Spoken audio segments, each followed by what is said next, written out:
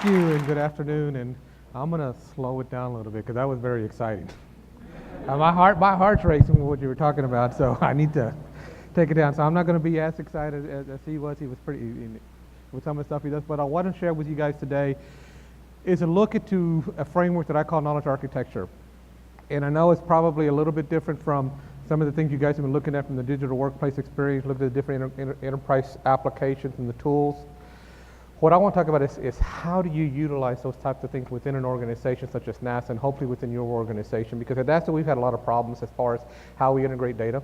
We've got silos, we've got 60 years of data all over there that's very difficult to find at times. And a quick story that I'll give you is that we even had a group of engineers who were trying to find some information from the Apollo era. They were trying to look at how they were going to improve upon the Orion space capsule by looking at some of the past work they did on the Apollo. Well, they couldn't find it in our search. Enterprise search systems do not work. So they just had a problem trying to find anything. So they went to the history office. The history office couldn't find it for them. They went so far as to go talk to the retired engineers who went to their attics, pulled down boxes of their old project documents and gave them to them. Those are the kind of issues we've been facing and how we're trying to do that. So I had to start thinking about a way of how do we actually get to this data, how can we bring it together, and knowledge architecture was my answer through how to do that. So why is all this important? Peter Drucker back in 1999 said the most important thing we need to look at and we need to work with is from knowledge workers, to increase the productivity of the knowledge workers and how they actually get to that data. That was back in 1999, but 20 years later, we still have a lot of issues. 46% of our workers can't find the data they're looking for over half the time. Now that's pretty difficult there. 30% of the work you do in your R&D is on stuff you've already done once, so you're spending your money over again. But the one that gets me, especially in my line of work, is that 54% of our decisions are made with inadequate or incomplete or inconsistent information. We're putting guys into space, and we don't have all the data. We've got to do something about that. Why is that? Why do we need to look at this? It's because, as one of the ex-chiefs of Google talked about, is that information is ubiquitous. It's out there. It's coming at a rate that's increasing on a daily basis. And he states that information is power. Well, I'm going to play a little semantics here, and I'm going to debate that to say it's not the information that is power, it's the knowledge that is its power. Information is not anything to you until you can turn it into some kind of insight for you. Doesn't matter how much information I have about my customers' transactions or how much information I have on the temperatures of the United States over the last century. If I can't turn that into some kind of useful, actionable knowledge, it doesn't do anything to me. So we got to work on knowledge is power. And of course, with any great power comes responsibility. Yes, I'm a nerd. So we have to look at how we can handle this, how we can take this responsibility on, and this is where a framework that I started working on about 5 years ago that I call knowledge architecture. Now, knowledge architecture, and it's a good thing that Dan talked about knowledge management becoming a primary aspect of organizations nowadays, is that when I look at knowledge architecture as a framework, it's a combination of 3 different disciplines: knowledge management, knowledge informatics, and data science. All 3 of these components need to be working together in your organization in order to actually turn that data into actionable insight. So knowledge management, the way I look at it, is a strategy for how we collect, we identify, we store, we present our data to our end users. This is the things such as our lessons learned databases, our storytelling activities, our business intelligence tools. What do we do on our master data management plans? How are we actually collecting data and making it available to our end users? And all of this is important, especially if you're trying to increase your digital workplace, because if you don't have that strategy there, they're not going to utilize your tools because they're not getting the right information. So the knowledge informatics piece is the pipeline, the applications that creates the pipeline that gets that data to your end users. It allows them to actually use that information. But it's the data science that's the key piece of this in my mind. It's the fact that those are the algorithms, the methods, the machine learning, the artificial intelligence that we utilize in order to be able to actually turn that data into actionable knowledge. And with that, you actually start working, having more knowledge within your organization. You're actually being able to. What I'm going to do is show you 3 small examples of what we've done to utilize this kind of a framework with specific groups in my organization in order to actually get them to reduce their overhead, increase their productivity, and shorten their time on some of the work they were doing. And I'll go through this in a little bit. But why is all this important? I mentioned a little while ago that the data is coming at us at a great speed. We're growing by petabytes on an almost daily basis. And we've got to figure out what our critical knowledge is. And one of the things that's going to be happening over the next several years is cognitive computing. It's going to become very disruptive in our organizations. If you're not familiar with the term, which I'm pretty sure most of y'all are, it's all of these different types of artificial intelligence, the ways that we can analyze our data through these different types of systems such as Siri or Watson or Mathematica, all these different types of things that allow us to change our data into some way of useful information from a cognitive perspective. And with that, it's going to increase how we utilize it within some of our interfaces, such as search, DataDriven Visualization, as well as expert finders, things like that, that we're going to increase the ability of that data to come out. And I want to touch on search a little bit, because if I hear anybody in my organization, I wish it was like Google, one more time, I swear I'm gonna pass out. Google is perfect and works well in the internet. But in the enterprise, it's very difficult to get it to match what they do there. And there's 5 billion reasons why that happens. That's the number of queries that Google was getting about 2 years ago every day within their interface.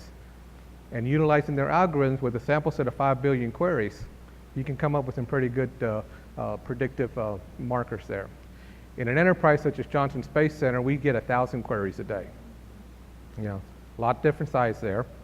And if you look at Google again, they've got 200 plus algorithms. The primary one being the PageRank algorithm. So the more you click on it, the higher it goes up. Well, in Johnson, when we're looking at it, I'm trying to find a document that hadn't seen the light of day in 10 years. So it's not going to be there.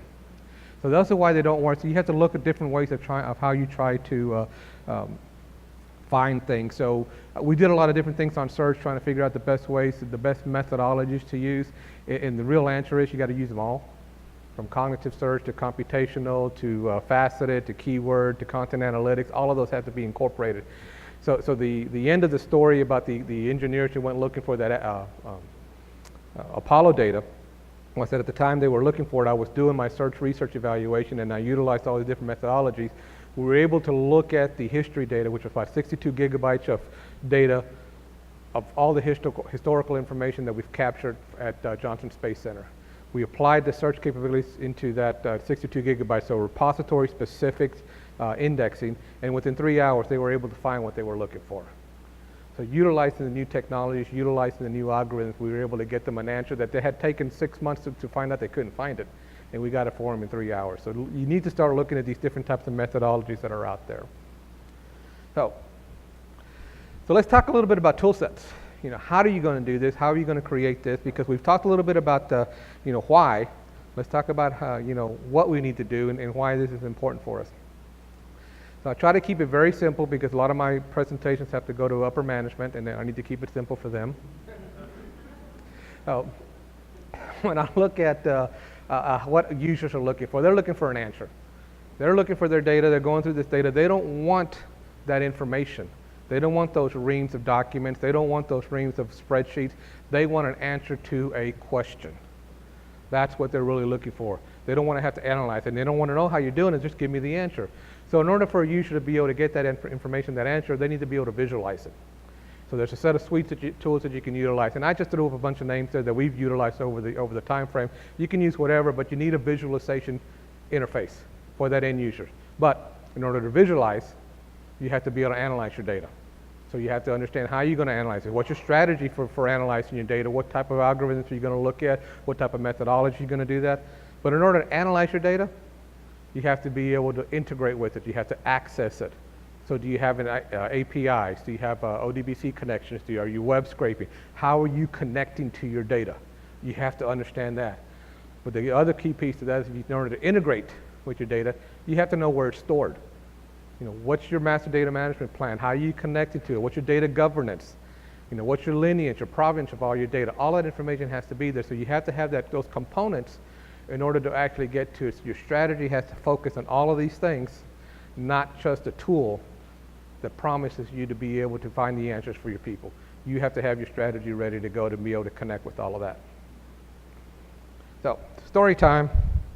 This is one of my favorite times here, and this is again part of knowledge management. I throw this in here because it is part of knowledge management. One of the key tenets of it is storytelling, how I pass my tacit information on to somebody else. So think about that when you're planning your knowledge management strategy, how you share that with your information. So we'll go with this. So once upon a time, there was an inquisitive engineer. Now this engineer was going after and looking at the feared lessons learned database. It's a 7-headed dragon that he was trying to conquer. So this engineer, as part of a new project, had to, one of the key things they have to do is to look at past lessons to see if there's anything he can learn from that in order to be able to not do it in his current project. So they had 23 keywords that they were trying to look at this into this lessons learned database. And I've already mentioned our search didn't work very well. So he wasn't getting a whole lot of good information. So he went and looked for the tall, gallant, charming, handsome knight of chief knowledge architect. I'm telling the story. I can say what I want. Or maybe I should stand like this now. Anyway, so he came to me and said, David, what can we do? I said, all right, well, let's take a look at this.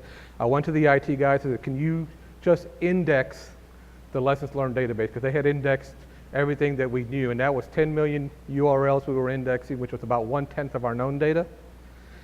And they were trying to do that, so I said, let's just index the lessons learned database. 2 days later, the IT guys came back and said, sure, here you go.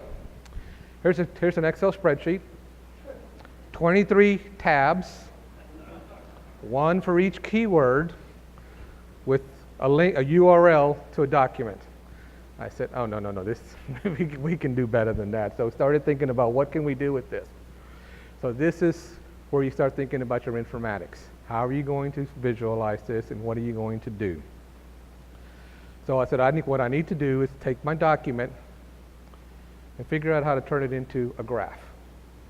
If you're familiar with graph analysis, social network analysis, the connections between entities and the relationships between that, we started thinking about this as a graph problem. I have a document that's connected to some keywords, and it also gives me some information as far as who created it, where it was at, what category did it fall in. So those are some things that I can start joining and creating a relationship about those. And once you start doing that, you start seeing patterns if you're able to get the connections correctly. You start seeing where some topics are related to each other. You start to see how the documents are going. And real quickly, instead of looking through a list of page upon page upon page of URLs for documents, you can start seeing a pattern and jump to your documents that you're looking for on one slide or one page. So those are the kind of things we started to look with. But we had to figure out how are we going to do this. So here's where the data science comes into play. So again, remember, knowledge management, knowledge informatics, and data science, all three of these you have to work together in order to provide the answer back to our end users. So in this particular case, we used topic modeling or latent Dirichlet allocation to look at our documents, group them into, and it worked out to 27 different topics across these documents. So that was another piece of information I can add back to the document into my graph database. And then I have all these different key terms that I can associate that with. But something happened also there that I was able to utilize. So I kind of had a side benefit from being able to do that. As you can see from these charts here, on one side, on this side over here, are lessons that started to get cooler or colder, or we started seeing less of them over the years. And on the right side over here are lessons that we started to see more. So this turns into a KPI for project managers or portfolio managers actually over a group of projects to see what lessons they're seeing that are gradually going up, that they can start doing some preventive action ahead of time. Things that they can see. So I'm not gonna, there's just one topic right here, topic 14. Some of the keywords that were in there were material, thermal, excess, contamination, temperature. It turns out it's talking about the tiles underneath the space shuttle, which we started seeing this rise in these issues that we were having this about 4 or 5 years before our unfortunate accident.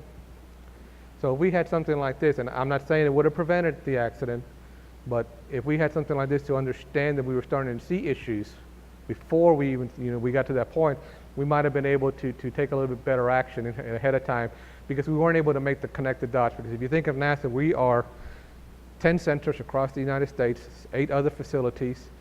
So sometimes we don't communicate well with each other, especially when we're all doing things. So something like this would have helped us to do that. And of course, from the analyst's perspective, they can look at the topics and see what kind of words are in there, try to get a little bit more. But this is more for an analyst. What do I have to do for the end user now? Well, remember, I'll look at data-driven visualization. Now we're going to look at how we can utilize the visualization for the user the way they want to see it. I focus on what I call data-driven visualization because I want to make sure that the data drives how I visualize it, not a visualization I have over here and I have to try to jam the data into it. So in this particular case with a graph database, I was more looking for a social network analysis. Again, I can see relationships and connections between my documents. But first I have to create the model.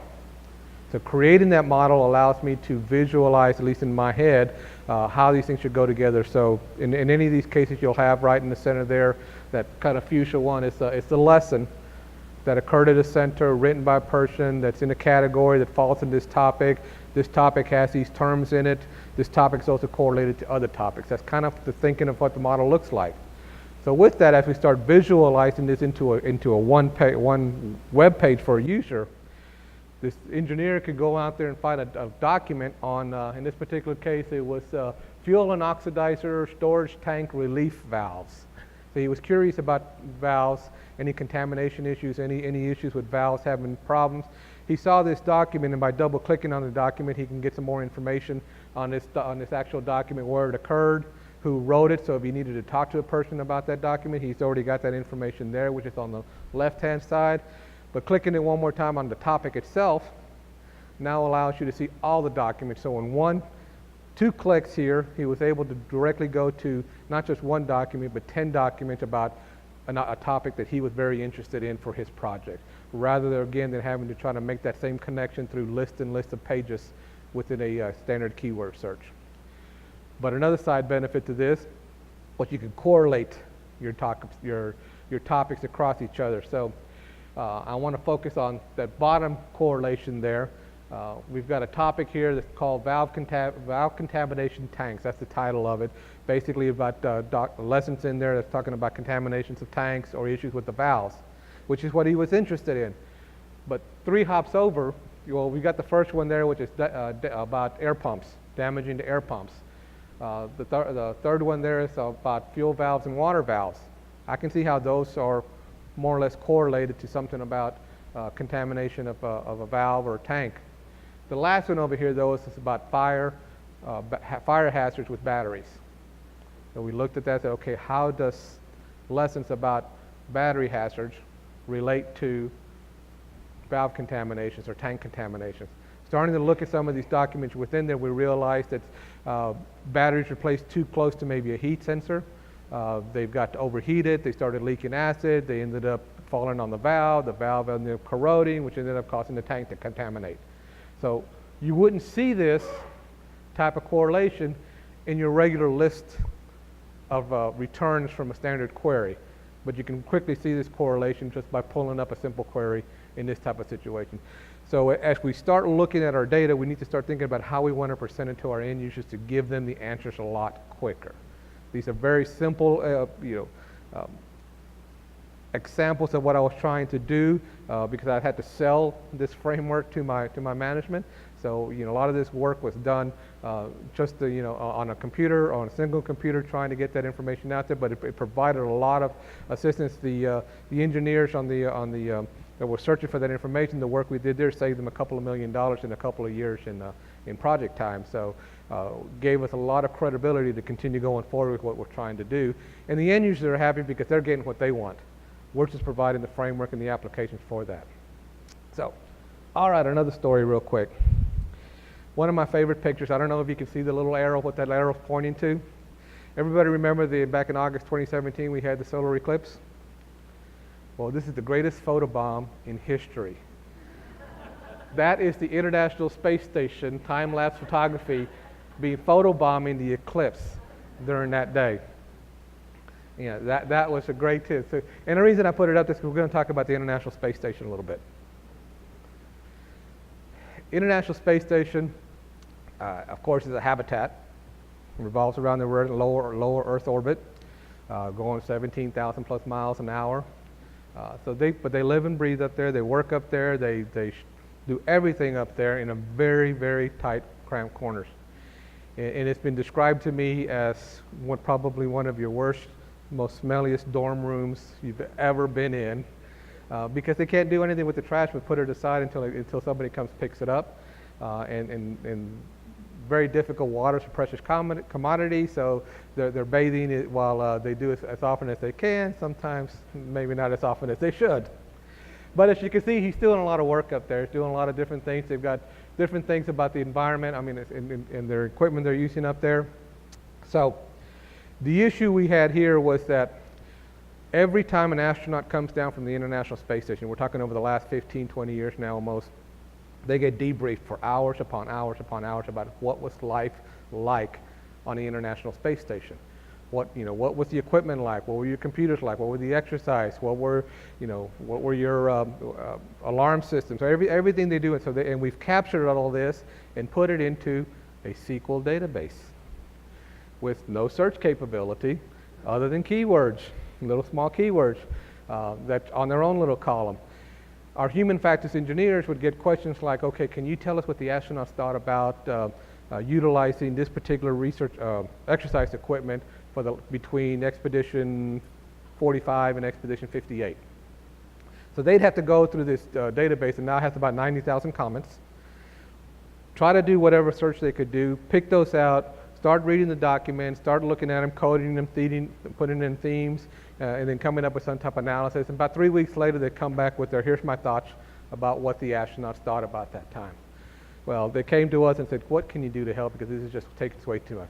So we've got the knowledge management component of it, which is the interviewing process we did with the astronauts. We've got kind of a visualization we're looking at, but the analysis portion of it was we needed to figure out what did they think about it. So sentiment, what was their sentiment coming from those comments?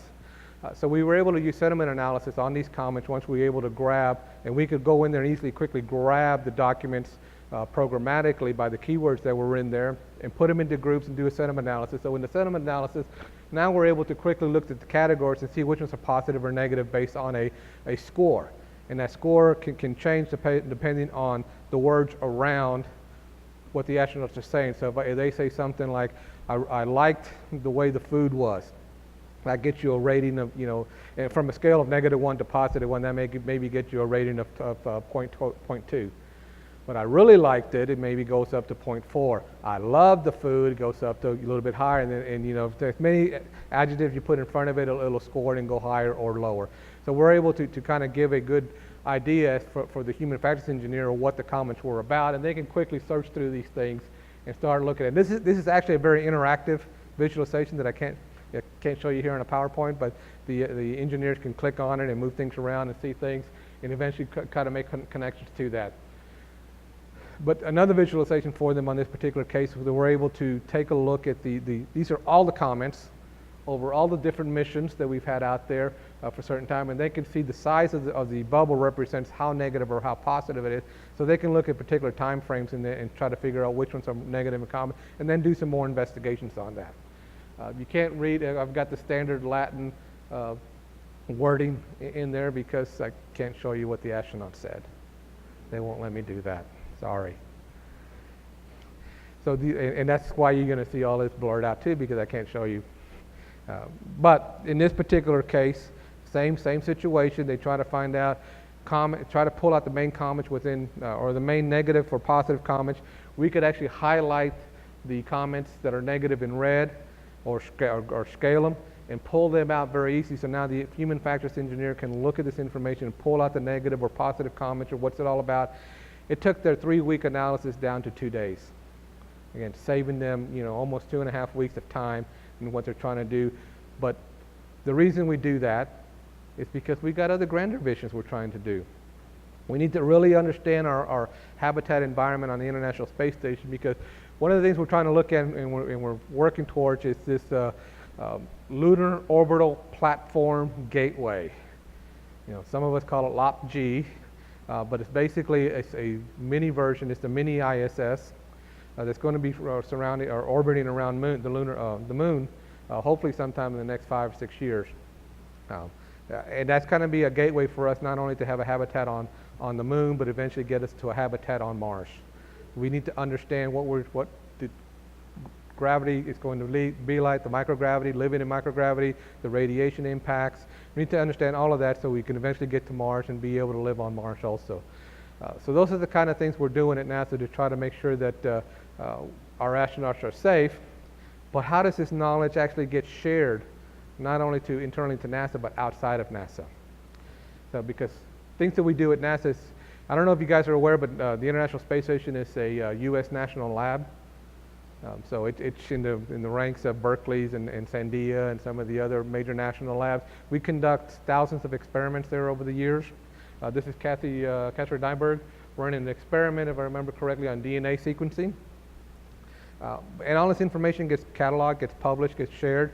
But how do we know that it's actually getting out to you guys? One of my main focuses when I talk about knowledge management and information sharing is how does that information actually diffuse across the knowledge economy? How do we make sure that we benefit, because our main goal is to benefit humankind at NASA, one of our main goals. So how do we know that this information is actually getting out to you guys? And not only from an academic perspective, but from an economic perspective. Because many of the work that gets done on the International Space Station ends up with generating a patent. And that patent may generate a product. And that product may create a company. And that company will hire people and start putting money back into the economy. We want to show how your tax dollars that are paying for us to be up there are actually contributing back to the economy. So we need to figure out ways of doing that. So one of the projects that I undertook was with the International Space Station science team, Office of the Chief Scientist, to see all those investigations we've done. At that point, it's a little over 2,000 publications from our investigations and how they impacted the Web of Science. Are you familiar with the Web of Science? Any researchers? Okay, so the Web of Science is primarily a catalog of all the many different types of journals within the scientific field, and there's 13 different scientific disciplines, chemical engineering, math and physics, chemistry, earth science, and so forth. And all of these little bubbles represent a journal with a different number, or sub-discipline, I'm sorry, within that higher discipline, and the size of it represents the number of journals that actually publish articles within that. So if at any one time we can look at where most of the articles are being published, in what journals, and in what areas, and what disciplines. We wanted to figure out where did the ISS play into that, the publication from the ISS. So utilizing some of the algorithms that were built into this Web of Science that was done by Katie Berner out of the University of Indiana, we added our little take to it, and we figured out where does the International Space Station. So I got this really ugly color so you can kind of see it. All of those bigger dots are the areas where NASA investigations and the experiments that we've published have impacted the Web of Science and how the information is being shared. So we're starting to get an idea not only where our information is going to within those disciplines and who may be utilizing them, but we're also starting to see where we have gaps. Where aren't things happening? Where do we need to focus on? So those are the kind of work that we're doing. I wanted to make sure that I showed you kind of a framework to kind of bring us to try to understand why we're doing all this, rather than a tool to utilize it, but to make sure you have a strategy for how you do things. Make sure you understand how your pipeline is going to supply that, but most importantly, understand how you're going to actually analyze that data to give that answer back to your question. Most of the work that's done here was with open source tools, and it can be done, very inexpensively. But of course, if you want to ramp it up to a wide enterprise scale, you're going to really need to take a hard look at all of your platforms for business intelligence and analytics, as well as your pipeline, to make sure that you can get that information out. But if you do all of that, think about what you can enable to your employees. Think about the power you give them for making more, faster, and more informed decisions. Having thought that thing through, how you wanted to do this, reducing the learning curve, and enhancing and extending existing content and document management. There's a lot of work that you can do if you plan it out right, plan out your strategy. So as I come down to a landing, and I hope I stick it, I think I do. There's my contact. Actually, this is Elon Musk's work.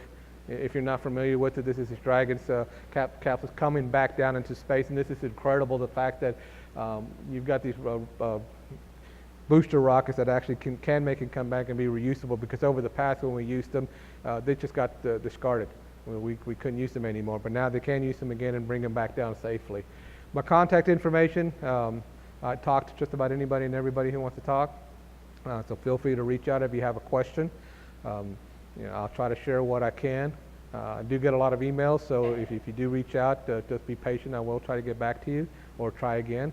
But at that point, I'll leave it up to see if you have any questions, because I know that Dan said about the wine and people, it's kind of a joke, but I know some people are really sick. I'm pretty serious about my glass of red wine, so. So if there's any questions, I'd be more than happy to answer them.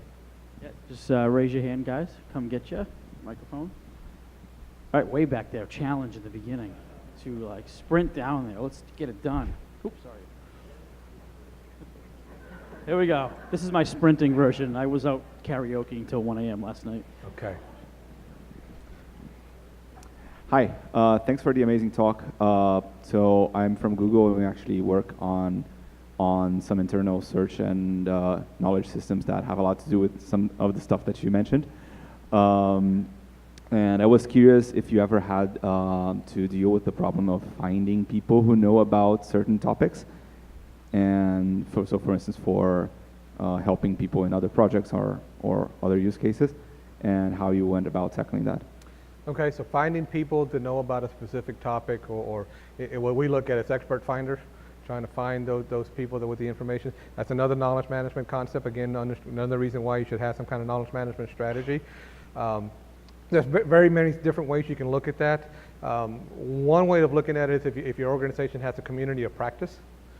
We have a community of practice where within that we have different types of disciplines, from propulsion to robotics to IT to professional development, human resources, things, and within those different communities, there's a person or persons that are the authoritative leader of that group. It means they've had several years within that discipline and have become known as a renowned expert in that field. People join those groups and start having discussions within those groups about the field, about the discipline, and that's a place they can go to ask questions. So that's one way of finding people within your organization that know about that subject and try to understand that. Another thing we can do is an expert finder system, and I utilize another graph database to be able to connect. My issue not my issue, but my roadblocks for getting an expert finder within NASA has to deal with human resources in the legal system not wanting us to have all of the personal information out there, folks. So I have to make these things self-volunteering. People have to notify who they are and that they want to participate in this. So I've got questionnaires that they fill out if they want to participate, of the type of things that they're interested in, the type of things that they know, their level of experience. I'll put it all into a graph database with the connections with that, then have a little interface on top of that to search for particular fields and people that are willing to talk to you about that. That's another way. We do have a lot of groups that utilize wikis to collect information, and inside of that, the people that continue to monitor the wikis are tending to be the experts, and you can reach out to them. So there's different ways you can do it, and a lot of it has to deal with the culture of the organization and what type of information you can get. Back again. No, you good? Oh, you give a thumbs up. That's good. I've got one up here. All right. So. Hello, I would like to ask if your architecture includes also search for devices. Go one more time. Search for what? Devices. Search for devices? Yeah. Yes. Yes, that's actually part of the information management concept, is understanding your I'm assuming you're talking about your computer devices, your mobile devices, things like that are out there, or maybe I don't understand. No, I meant actually all the devices you use at your workplace. I mean, doesn't mean just mobile devices, but I can imagine a lot of even particles or I don't know, actually parts of some stations or Okay. I don't know really what your workplace looks like. So not just IT stuff, but anything and everything we have. Yes, I mean, there are different things we're looking at in how we're trying to do that. Of course, from an IT perspective, we have our capabilities of understanding what the architecture looks like and finding the devices that are connected to a network. From a parts database, we started working on using some type of RFID trackers and some parts to be able to locate them through those radio frequency signals. We've developed better mechanisms for barcode scanning to where things move from place to place. But one of the things we're doing, especially within our parts, is to take a look at augmented reality. Rather than having to train somebody on a part with the real part itself, we can actually work with an augmented reality with glasses to look at the part in front of you, and with your hands actually pull the part apart, utilize the part, and you're doing it all in either a virtual world or augmented reality on top of that, which enables us to be able to work with the part a lot easier, manipulate it, and see how it may interact without actually having to have trouble with that. Because many times our parts, especially when so many people are training on them, they end up breaking. This would allow us to be able to continue that. But there are a lot of ways of doing it.